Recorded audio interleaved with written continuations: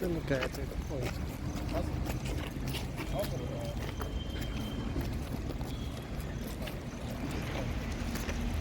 रहे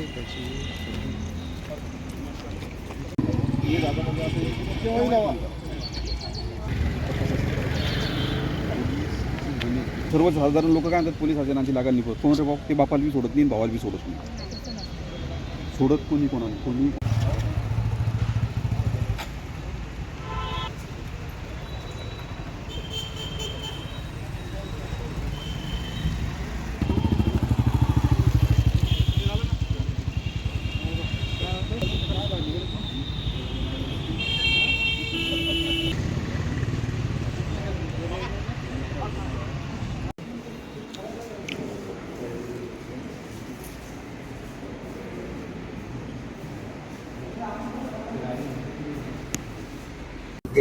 काय नेमकी मागणी केली, काय चर्चा झाली? माझी मागणी तर आधीच सीआयडी तपासाचीच होती, पण आपण 10 ठिकाणी निवेदन दिले, अजित पवार दादांना निवेदन दिले, मुख्यमंत्र्यांना निवेदन दिले, पण आपल्या जे प्रकरणावर आहे अजून योग्य म्हणजे तपासा संदर्भातही झाला आणि सीआयडीची मागणी आपली पूर्ण झालेली नाही आहे सरकारकडून.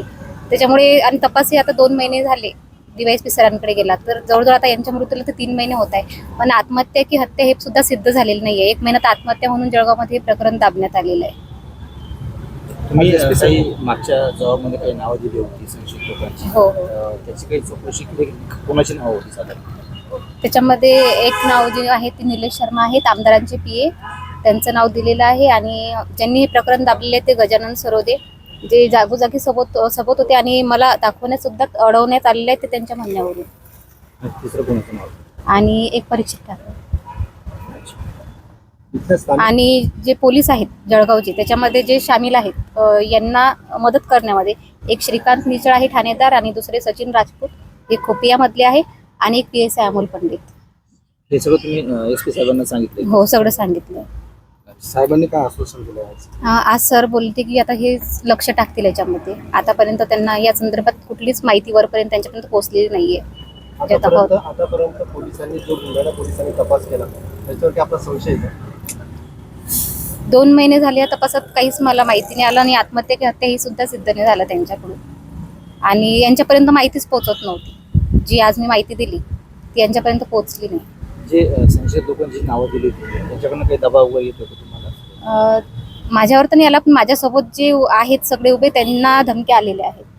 कुणाकडून आले तुमच्या? जे भाजपाचे कार्यकर्ते वगैरे आहेत त्यांच्याकडून. जो काही पोलीस तपास सुरू आहे ते समाधानकारक आहे का? तो तपास तुम्हाला समाधानकारक वाटतो? नाही, 2 महिन्यात तर काहीच समाधानकारक तपास नाही वाटला, पण आता सरांकडून आता अपेक्षा आहे. तुमची काय मागणी असणार, पुढची भूमिका काय असणार? माझी भूमिका जर यांच्याकडून जर तपास होऊन जर गुन्हेगार समोर आला तर मला काहीच प्रॉब्लेम नाही, पण इथून जर का तपास पुढे नाही आला तर CID तपासावर माझी भूमिका ठाम राहणार आहे, आणि हेही जर झालं नाही तर मी उपोषणाला बसणार आहे, आणि याला महाराष्ट्र सरकार जबाबदार राहणार आहे. मला आणि माझ्या मुलांना जर काही झालं तर. ओके, ठीक.